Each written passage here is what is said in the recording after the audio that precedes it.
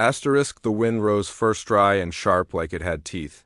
It dragged the dust across the prairie in low snarls, whispering through scorched wheat stubble and hollowed-out fence posts that hadn't held a thing in years. A lone mule stumbled forward, ribs like a skeleton in motion, pulling behind it a buckboard wagon that had seen too many winters.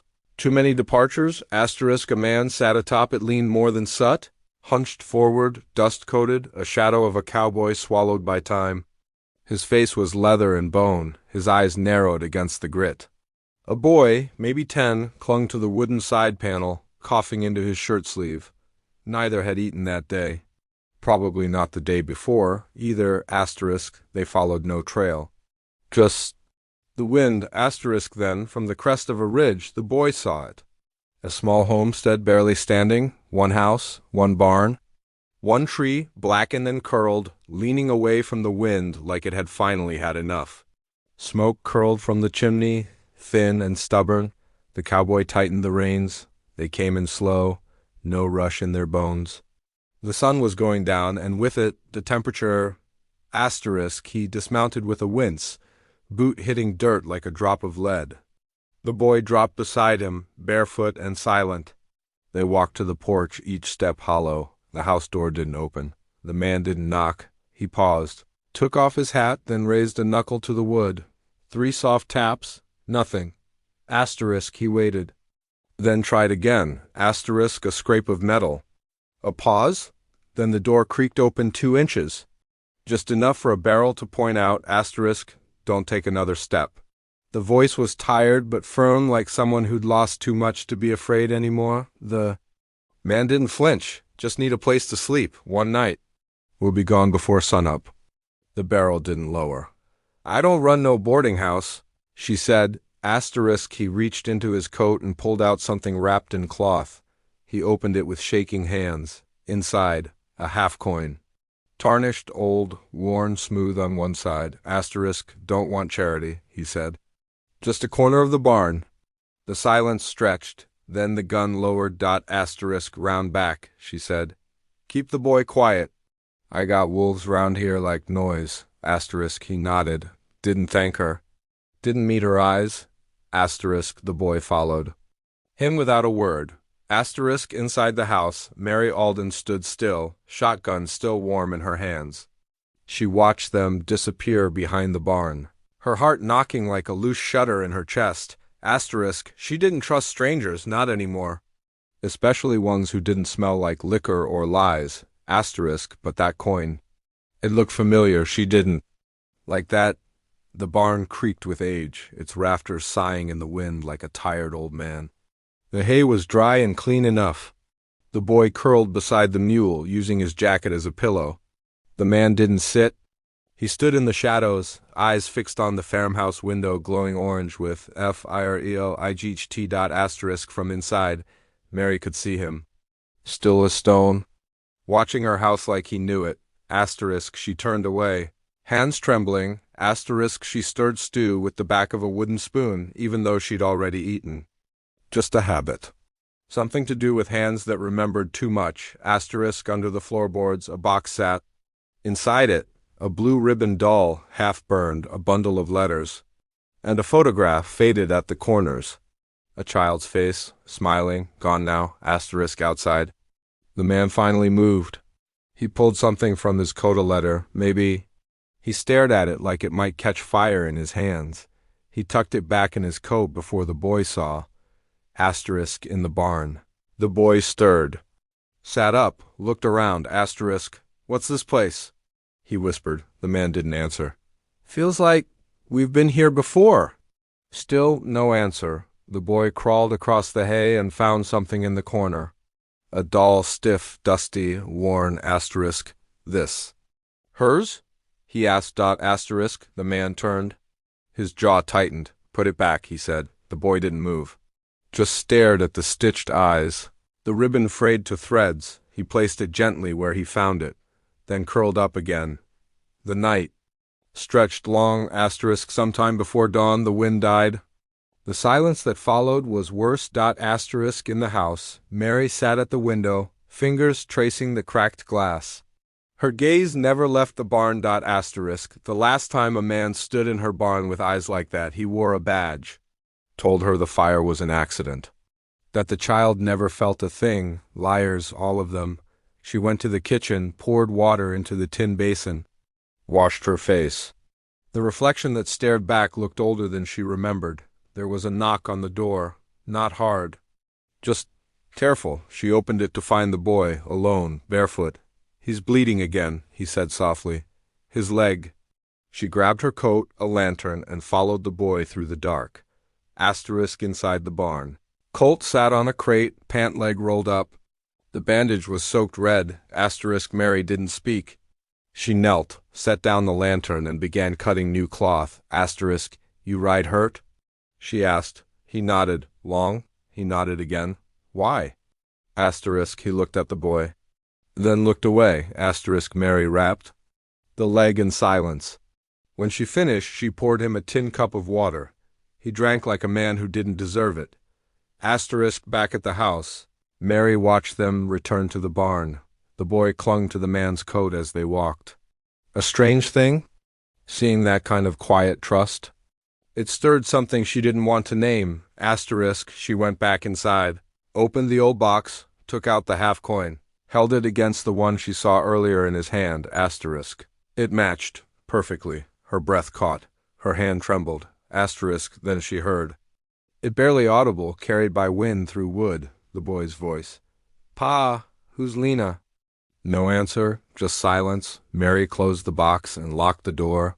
By sunrise, they were gone. No footprints in the dirt, only the scent of smoke, hay, and something unfinished.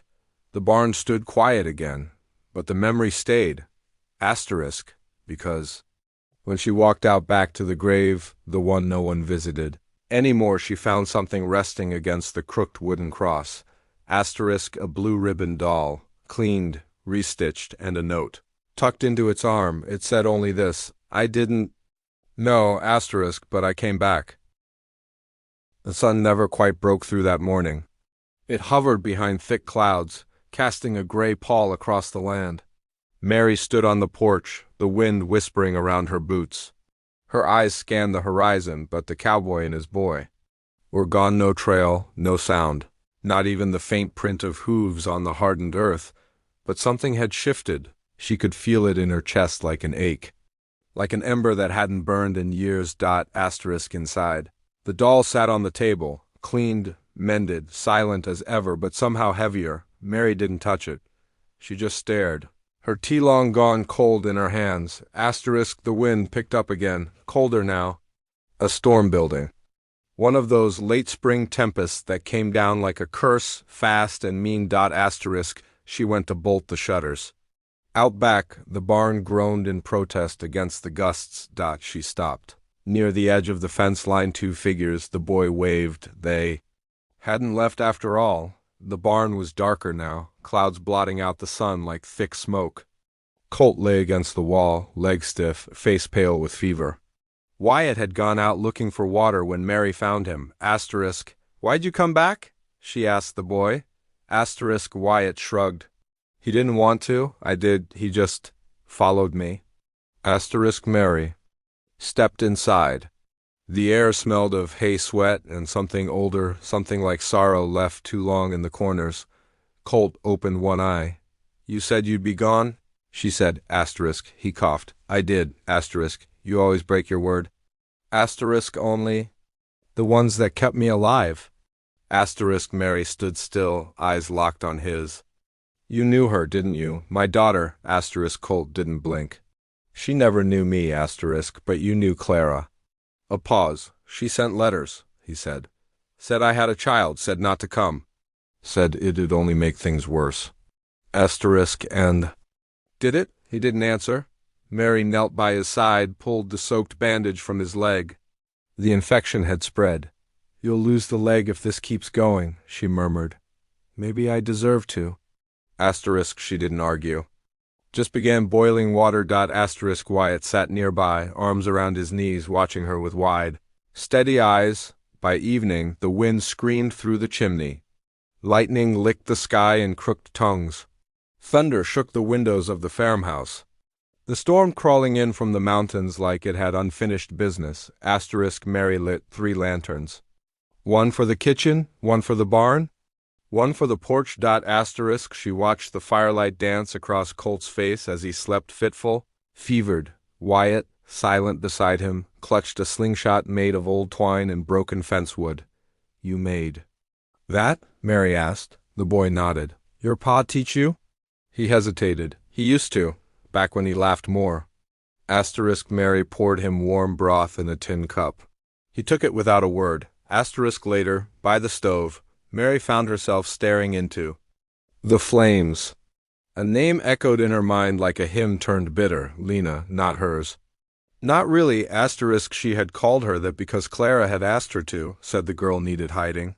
Said her father had made enemies too powerful to outrun. Mary had never told Lena who she truly was.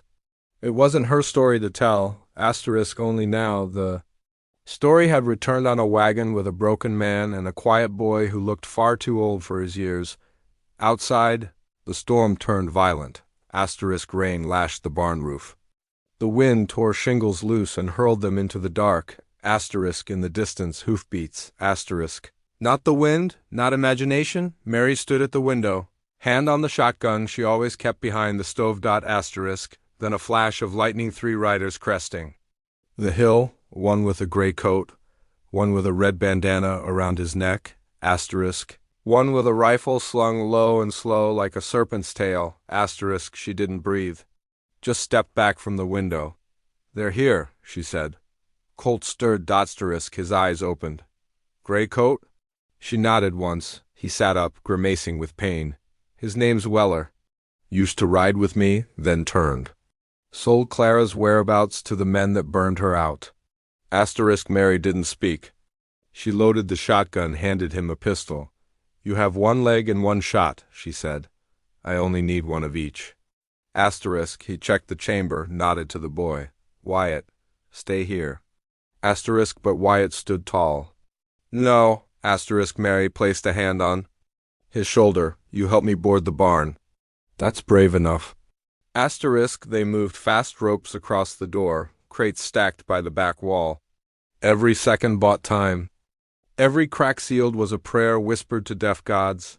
Thunder rolled. Overhead, then silence. Footsteps in the mud, a knock, 3 taps, like Colt's. The night before, but this wasn't asking permission. This was the sound of ghosts coming. Home. Colt stood near the door, leaning against the beam. Rain ran down his jaw, mixing with blood from his reopened wound. He cocked the pistol. Weller, he called out. A chuckle from outside. Well, I'll be damned, Colt McKenna. Ain't you supposed to be dead? Not yet. You owe me 4 horses, a stolen map, and 6 years of my life? You took something first. I took payment. You took my daughter's name.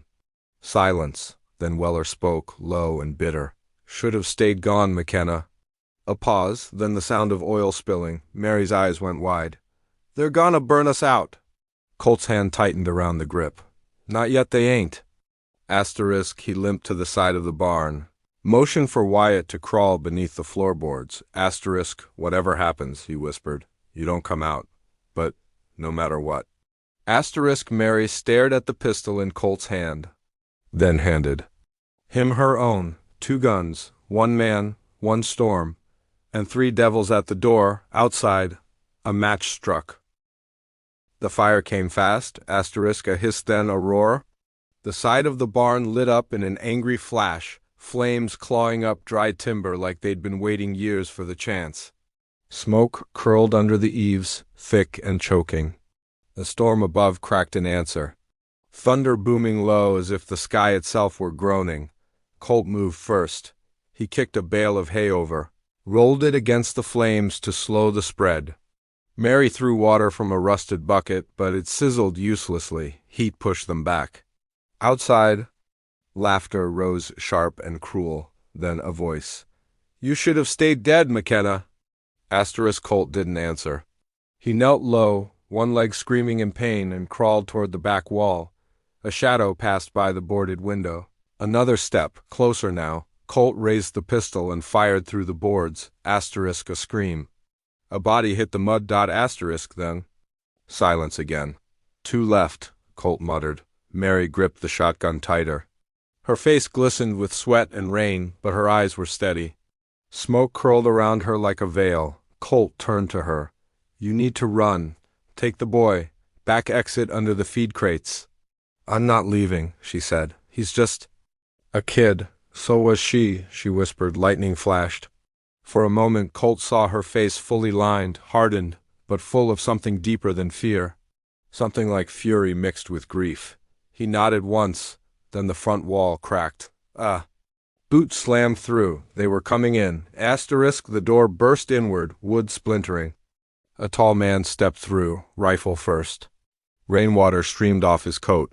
His gray hat was too clean for this place, this storm. His eyes locked on Colt. Asterisk.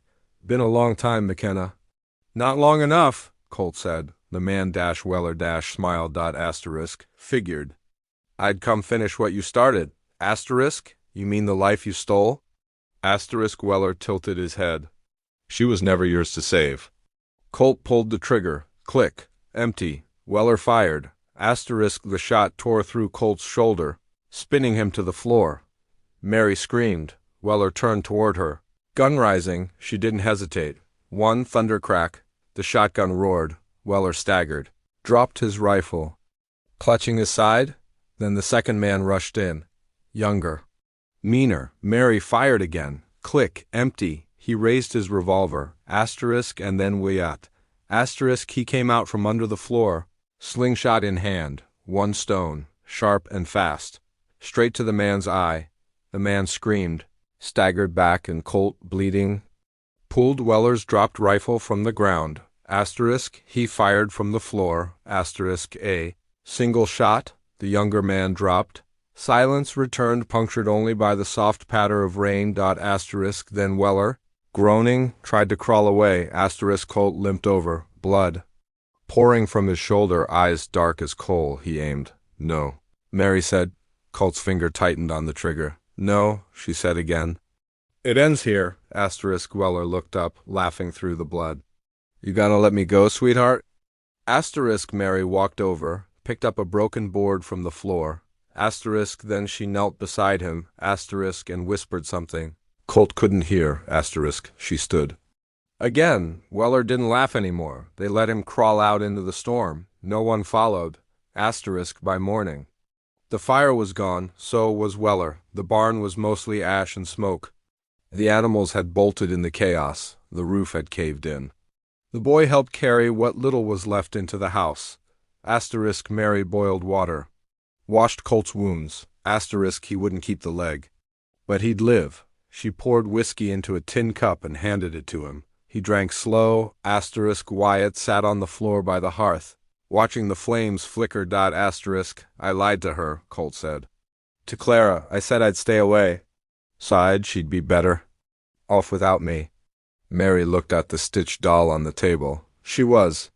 He didn't flinch, but she still looked out the window every morning, Mary said. She used to say, he's probably just looking for the right house. Asterisk. Colt's voice broke. I wasn't ready. You're not ready now. No. Asterisk. But you came anyway. Asterisk. I had to see her name. Asterisk. Mary stood, walked to the box beneath the table.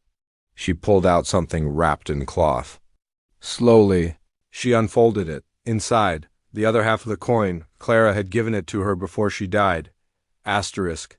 She said if he ever found his way home, give him this. Asterisk. Colt held the broken piece he'd carried all this time. Their edges matched. One jagged seam. One story. Torn in half and nearly forgotten. He didn't speak. He couldn't. Weeks passed. The storm passed with them. Colt remained. Couldn't travel far with the leg gone, but he didn't try to leave. Mary didn't ask him to. Asterisk. He spent his mornings teaching Wyatt how to hold a rifle steady, how to mend a boot, how to saddle a mule without spooking it. Asterisk. Evenings were quiet. The three of them in the dim light, each listening to the fire, sometimes speaking, mostly not. Asterisk. One morning, Mary found Colt sitting by the little grave out back, asterisk Lena's name carved into weather-worn wood. A flower rested beneath it, fresh, asterisk. He turned when she approached, asterisk. She looked like Clara. She laughed like her too, Mary said. They stood there a long time, not talking, just breathing, together, asterisk that fall. They rebuilt the barn. Slower this time, stronger. The boy drove every nail himself. Asterisk when it was done, Colt carved a new sign above the door, asterisk Alden and McKenna. Mary didn't question it. She just nodded and lit a lantern above the entrance. That night, as they sat by the fire, Wyatt spoke, asterisk. Are we staying? Colt looked to Mary. She met his gaze, then reached out, placing the mended coin between them on the table, asterisk if you're ready, she said. Colt took the coin in his hand. For the first time in years, he didn't feel the weight of it, asterisk, just warmth, like coming home. Asterisk if this story found you somewhere deep, if you've ever carried a past you couldn't outrun, or loved someone from too far away, leave your mark below. Asterisk, because sometimes the things we lose aren't really gone, asterisk, they're just waiting in the smoke, in the silence, for us to come home.